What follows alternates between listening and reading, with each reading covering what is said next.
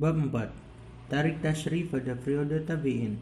Periode ketiga ini bermula ketika kekhalifahan umat Islam diambil alih oleh Muawiyah bin Abi Sufyan pada tahun 41 Hijriah. Setelah melalui pergulatan politik yang cukup panjang antara Muawiyah dan Ali bin Abi Thalib yang berakhir dengan terbunuhnya Ali dan penyerahan tumpak kekhalifahan dari Hasan bin Ali kepada Muawiyah. Periode ketiga dari proses Tarik Tasyri ini berlangsung hingga awal abad kedua Hijriah. Sebenarnya, klasifikasi Tarik Tasyri pada periode ini menimbulkan banyak pernyataan dan keraguan terutama bagi para pengamat syariah, karena menurut analisis mereka periode ini lebih didominasi oleh pergolakan-pergolakan politik yang terjadi selama kekhalifahan Utsman dan Ali dan memuncak pada masa pemerintahan Daulah Umayyah di bawah kepemimpinan Muawiyah bin Abi Sufyan yang melahirkan agitasi teologis cukup tajam, sehingga banyak pengamat yang menyimpulkan bahwa proses Tarik Tasyri pada periode ini sempat terhenti dan tenggelam di bawah perpecahannya agama dan negara. Bahwa pergolakan politik pada masa-masa awal dari pemerintahan Daulah Umayyah telah melahirkan agitasi teologis adalah suatu hal yang tidak dapat dipungkiri, tetapi pergolakan itu sendiri juga membawa pengaruh besar terhadap proses Tarik Tasyri hingga mengantarkan pada periode keemasan yang ditandai dengan lahirnya Ancamah al-Madzahib atau para imam mazhab. Realitas lain yang mendominasi periode ini adalah pesatnya laju perluasan wilayah berimplikasi pada persinggungan wacana Islam dengan budaya tradisi dari luar Islam, sehingga memicu munculnya persoalan-persoalan baru yang lebih kompleks. Secara umum para tabi'in mengikuti manhaj atau metode sistem dan kaidah istidlal dalam mencari dan menetapkan hukum. Mereka merujuk pada Al-Quran, Sunnah, dan apabila tidak mendapatkan dari keduanya, mereka merujuk pada ijtihad. Dan baru setelah itu mereka berijtihad dengan kaidah-kaidah ijtihad para sahabat. Kendati demikian, ada beberapa perkembangan baru yang membedakan proses Tarik Tasyri pada periode sahabat dan proses Tarik Tasyri pada periode tabi'in. Perkembangan baru inilah yang penulis maksud sebagai embrio yang melahirkan dan menghantarkan proses Tarik Tasyri menuju puncak kemasannya, yaitu pada periode keempat yang ditandai dengan lahirnya Ammah al-Madzhib.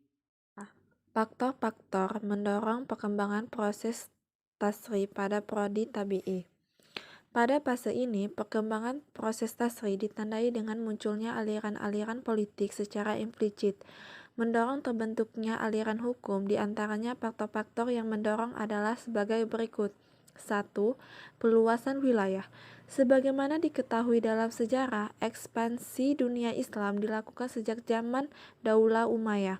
Langkah awal yang dilakukan Muawiyah adalah rangkaian menjalankan pemerintahannya adalah memindahkan ibu kota negara dari Madinah ke Damaskus.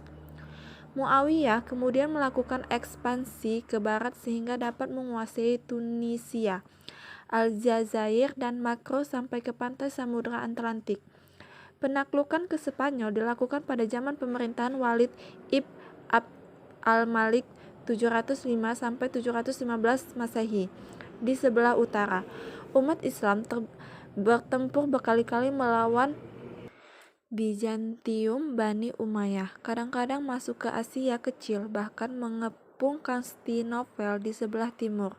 Islam menduduki Tarskiana, sekarang Uzbekistan, Sain dan Sungai Sair Darya, dan Sungai Indus menjadi batas timur kerajaan Islam.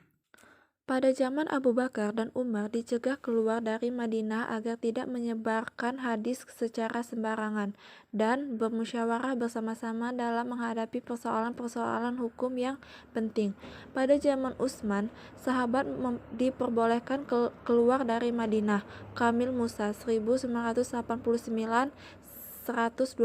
Oleh karena itu, Utsman mendapatkan kesulitan dalam mengumpulkan mereka untuk menyelesaikan masalah-masalah penting. Setelah itu, sahabat tersebar di berbagai daerah baru yang dikuasai oleh Islam, sehingga murid-muridnya tabi'i juga tersebar di berbagai daerah.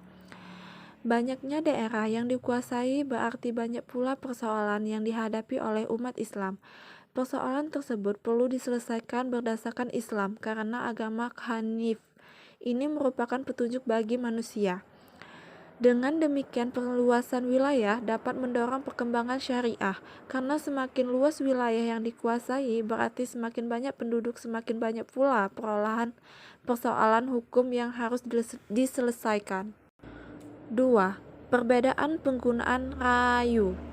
Ada kecenderungan pada zaman tabi'in, khususnya Fuqah yang berada di Irak, memandang bahwa proses membina syariah membutuhkan timbangan rasionalitas. Mereka tidak saja mendapatkan rasio dalam memahami syariah dan menyikap setiap persoalan yang ditimbul, setiap juga memprediksikan ketetapan hukum dari suatu persoalan yang timbulan, tetapi juga memprediksikan ketetapan hukum dari suatu peristiwa yang belum terjadi. Pada bahasa Yusuf Kardiawi adalah fikih irfradil. Pelaporan aliran pemikiran ini adalah Ibrahim bin Yazid al-Nakrai, ahli fikih Irak. Beliau adalah guru Hamamad bin Abi Sulaiman yang banyak mewariskan pemikiran fikih rasional kepada Abu Hanifah. Ibrahim banyak dipengaruhi oleh Alqamah bin Qais yang tertarik pada matologi pemikiran Umar bin Khattab dan Ibnu Mas'ud. Dari hasil eksplorasi sejarah dapat disimpulkan bahwa perjalanan aliran ini mendapatkan tanggapan dan tantangan keras, terutama dari fuqaha ulama al-Ahlu, al-Hizal, dan Madinah, yang menilai bahwa aliran ini bersebaran dengan mazhab sahabat dan dianggap menyeleweng dari ajaran Rasulullah. Ulama Hizat diperlogi bahwa aliran rasionalitas ini merupakan wujud krisis pemahaman keagamaan sebagaimana menurut Ibnu Syahib al-Zuhri, sebagaimana dikutip Ibnu Qayyim al-Jauziyah dalam Imaul Muqayyin 74, menyatakan bahwa sesungguhnya orang-orang Yahudi dan Nasrani kehilangan ilmu yang mereka memiliki ketika mereka telah disibukkan oleh dominasi rasio dan pemikiran. Tokoh lain yang menolak aliran ini adalah Sufyan bin Uyainah, Ayub Sahtani, Abu Umar Auzaiyah, dan Saibi. Dalam beberapa pertemuan dan dialog antara salat jawab Abu Hanifah cepat kelompok Hizat dan Irak ketika mendiskusikan berbagai persoalan yang muncul dan dimunculkan, dapat ditangkap sinyal simbiosis mutualisme dalam bentuk saling melengkapi dan mengisi antara suatu dengan yang lain. Ibnu Qayyim menceritakan dialog menarik antara Abu Hanifah, seorang ulama terkemuka Irak, dengan Zafar bin Muhammad, seorang ahli hadis. Dialog tersebut kurang lebih dapat diilustrasikan sebagai berikut. Mengapa Anda mengenal logika agama dengan pemikiran? Tanya Zafar. Apa salahnya? Demikian pertanyaan baik Abu Hanifah. Apakah Anda tidak tahu bahwa yang pertama melakukan analogi ini adalah iblis? Ketika diperintahkan bersujud kepada Adam, iblis membangkang. Syariah menjawab, saya diciptakan dari api, sedangkan dia dari tanah. Ungkap Ja'far, sekarang coba jawab kalimat apa yang berawal dari syirik dan berakhir dengan iman. Saya tidak tahu. La ilaha illallah. Sebab jika la ilah saja berarti syirik, karena manafikah Tuhan. Sekarang mana yang lebih besar, dosa membunuh atau berzina? Lanjut Ja'far. Membunuh, sergah Abu Hanifah. Tetapi bukanlah dalam kasus pembunuhan hanya membutuhkan 2 orang saksi, sedangkan dalam kasus zina 4 orang saksi. Di manakah letak analogi dan pemikiran manusia? Selanjutnya, amanlah mana yang lebih utama di sisi Allah, puasa atau salat? Kenapa perempuan haid diwajibkan mengganti puasanya dengan tidak mengganti salatnya? Di mana juga letak analogi pemikiran manusia? Dari analogi di atas adalah dialog selanjutnya memicu perkembangan pemikiran hukum yang pada dekade selanjutnya terjadilah pembauran pluralisme dan heterogenilitas pemikiran hukum baik Irak maupun Hijaz. 3. Meluasnya ruangan ikhtilaf. Konsekuensi lain dari munculnya kontroversialisme pemahaman syariah pada prodi ini adalah meluaskan ruangan ikhtilaf, di mana tradisi ikhtilaf pada prodi tabi'in. Perbedaan dengan tradisi ikhtilaf pada prodi sahabat, karena pada prodi tabi'in mereka sudah bercampur ke berbagai wilayah peluasan Islam.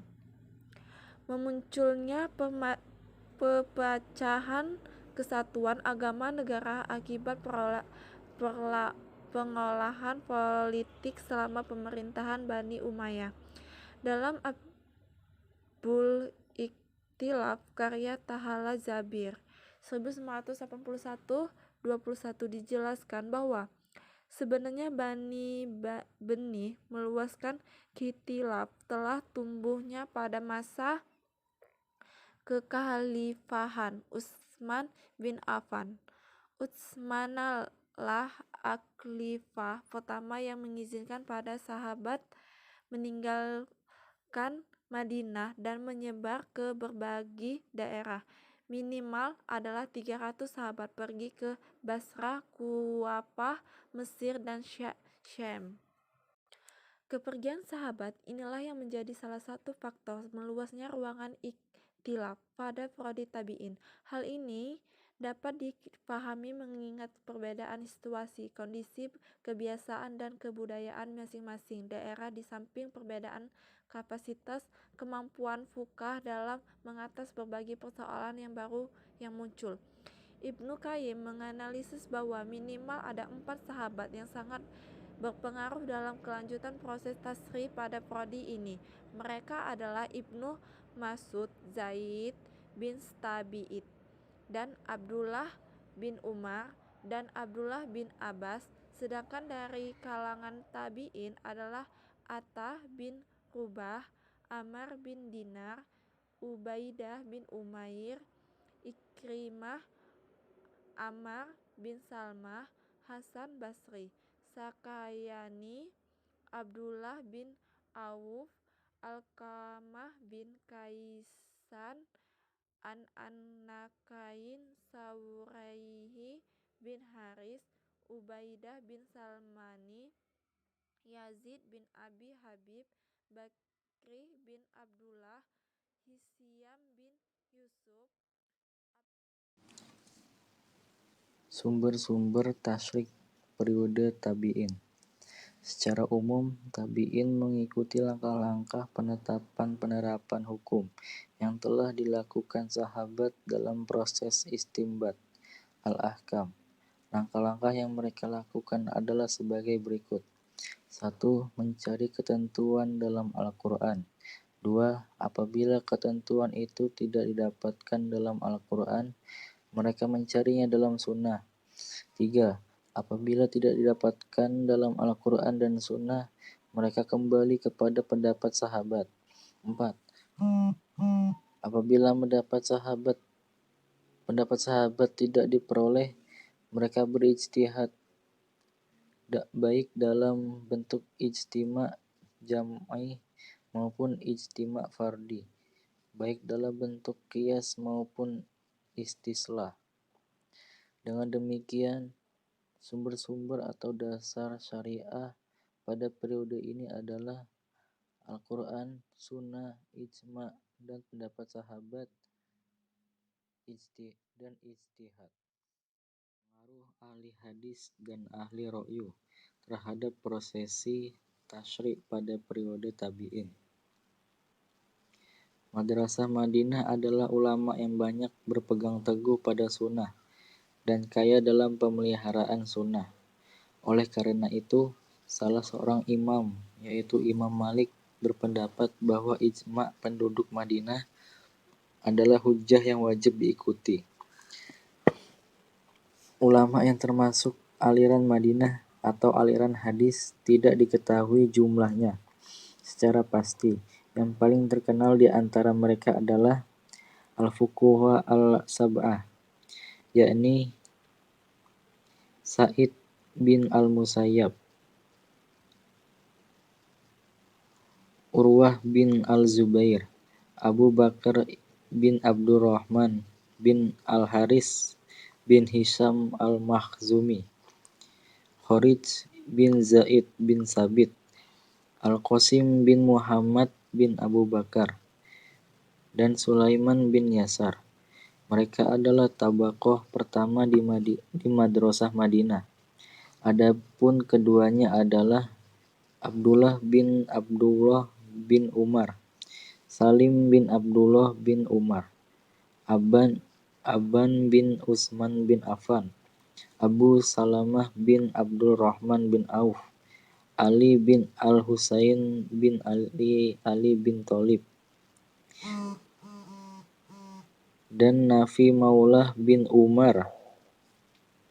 Di antara ulama tabah ketiga aliran Madinah adalah Abu Bakar bin Amr bin Hazim, Muhammad bin Abu Bakar, Abdullah bin Abu Bakar, Abdullah bin Utsman bin Affan, Ja'far bin Muhammad bin Ali bin Al-Husain, Abdullah bin Al-Qasim bin Muhammad bin Abi Bakar Al-Siddiq, dan Muhammad bin Muslim bin Syihab Al-Zuhri. Madrasah Madinah merupakan rujukan utama aliran Maliki yang didirikan oleh Imam Maliki. Madrasah Ra'yu atau Madrasah Al-Kufah adalah sekelompok ulama yang tinggal di Kufah yang lebih banyak menggunakan ra'yu dibanding dengan Madrasah Madinah. Sejak dibebaskan untuk keluar dari Madinah, banyak sahabat tinggal di Kufah.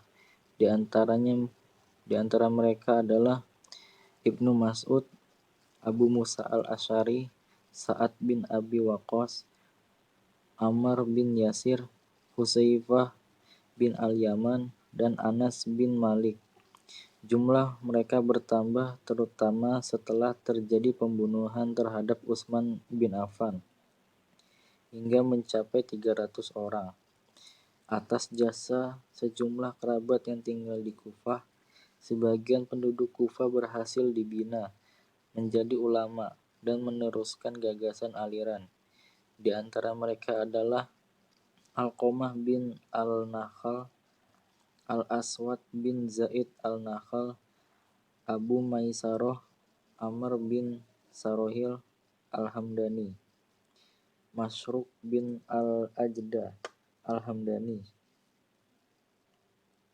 Ubaidah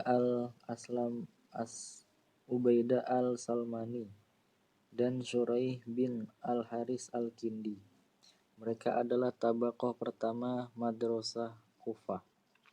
Sedangkan di antara ulama tabaqoh keduanya adalah Hamad bin Abi Sulaiman, Mansur bin Al-Mu'tamir Al-Aslami, Al-Mughirah bin Muqsim Al-Dobi, dan Sulaiman bin Mahran Al-A'mas. Madrasah Kufah atau aliran Ra'yu diteruskan oleh Abi Laila, Ibnu Syukrumah, Syuraik Al-Qadri, dan Abu Hunaifah. D Pemikiran Khawarij, Syiah, dan Jumhur pada periode tabi'in. Khawarij sebagaimana dijelaskan oleh Al-Syahtani terbagi menjadi banyak kelompok, diantaranya sekte Muhakimah, Al-Azariqah, Al-Naidah, dan Al-Ajaridah. Karena termasuk aliran teologi, pemikiran Khawarij lebih dikenal dalam bidang kolam. Yang pertama, pemikiran Khawarij. Pada bagian berikut akan disajikan beberapa gagasan Khawarij tentang syariah, di antaranya sebagai berikut.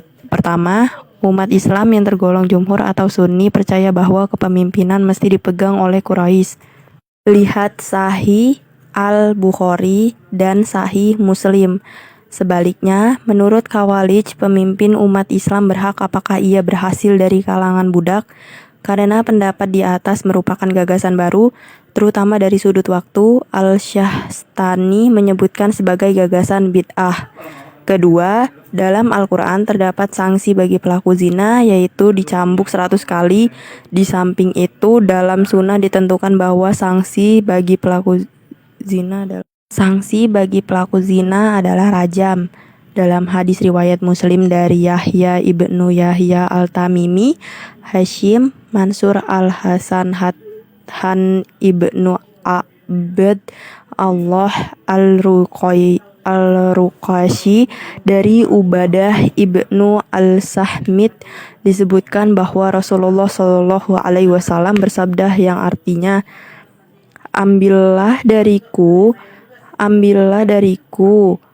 Allah telah memberikan jalan kepada perempuan, atau sanksi zina bagi laki-laki yang belum menikah.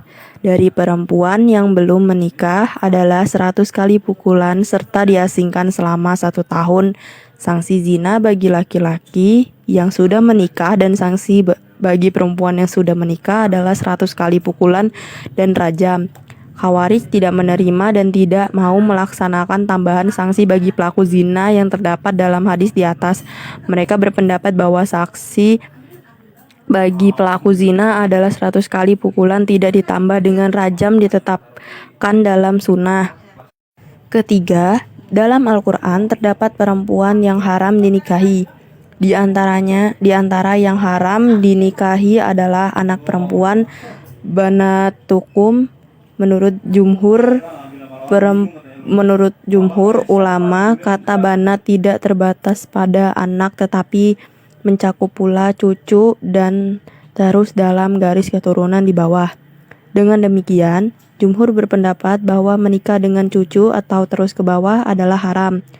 Khawarij berpendapat bahwa menikahi cucu perempuan adalah boleh atau halal atau tidak haram. Sebab yang diharamkan dalam Al-Quran adalah anak cucu tidak diharamkan.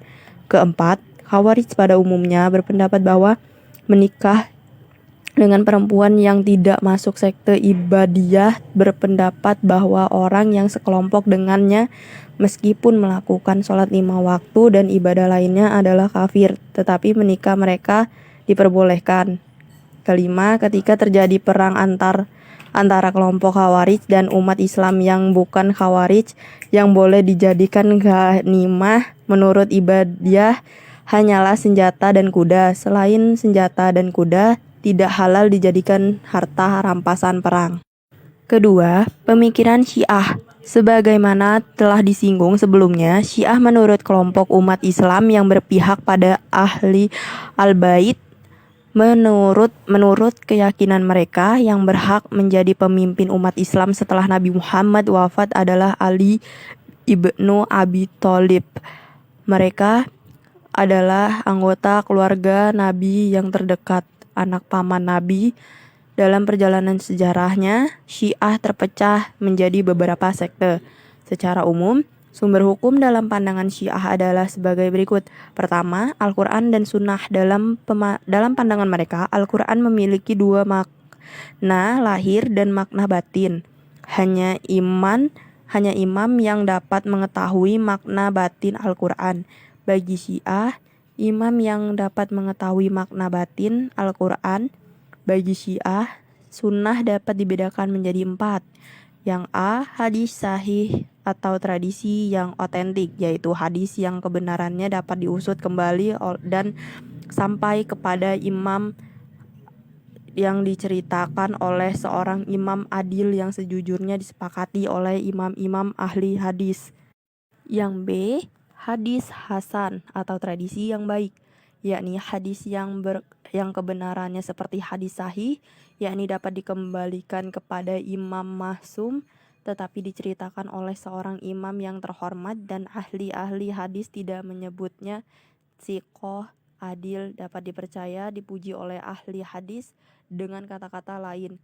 Yang C, hadis musak atau kuat, yakni hadis yang diriwayatkan oleh orang-orang yang dikenal itisi. Hadis dhalaif atau irmah, yaitu hadis yang tidak mencapai atau memenuhi syarat hadis musak. Hanya 3 macam hadis. Pertama, yang diterima oleh kaum ushuli. 3. Pemikiran jumhur. Jumhur yang dimaksud adalah jumhur ulama, yaitu ulama pada umumnya. Oleh karena itu, pemikiran jumhur ulama secara tersirat sudah dapat dilihat dalam pembahasan mengenai pemikiran hukum khawarij dan di atas. Di antaranya pemikiran syariah jumhur adalah sebagai berikut. Yang A, penolakan terhadap keabsahan nikah mat'ah. Bagi jumhur, nikah mat'ah haram dilakukan. Dalam hal ini, pendapat jumhur sejalan dengan pendapat Umar bin Khattab. Jumhur menggunakan konsep aul dan dalam pembagian harta pusaka. Dalam hal ini, pendapat jumhur sejalan dengan pendapat Umar bin Khattab, Zain bin Sabit, dan Abbas bin Abdul al-Muttalib. Yang C, Nabi Muhammad SAW tidak mewariskan harta karena terdapat sebuah hadis yang menyatakan bahwa beliau bersabda yang artinya, kami seluruh para nabi tidak mewariskan atau harta yang kutinggalkan adalah sodakoh. Ahmad Amin 3 tahun TTH 261. Dalam hal ini jumhur ulama sependapat dengan Abu Bakar. Yang D, jumlah perempuan yang boleh dipoligami dalam satu periode adalah 4 orang. Penafsiran terhadap surat Al-Nisa ayat 2 dan hadis yang diriwayatkan oleh Bukhari dan Muslim. Ayat dan hadis tersebut pada dasarnya berangsur-angsur sebagaimana telah dijelaskan pada bagian pendahuluan dalam membahas tadrij sebagai prinsip syariah. Baik, itu semua penjelasan dari tarik tasyri pada periode tabi'in. Apabila ada kekurangan dan kesalahan, kami memohon maaf dan kepada Allah kami memohon ampun. Sekian dari kami. Wassalamualaikum warahmatullahi wabarakatuh.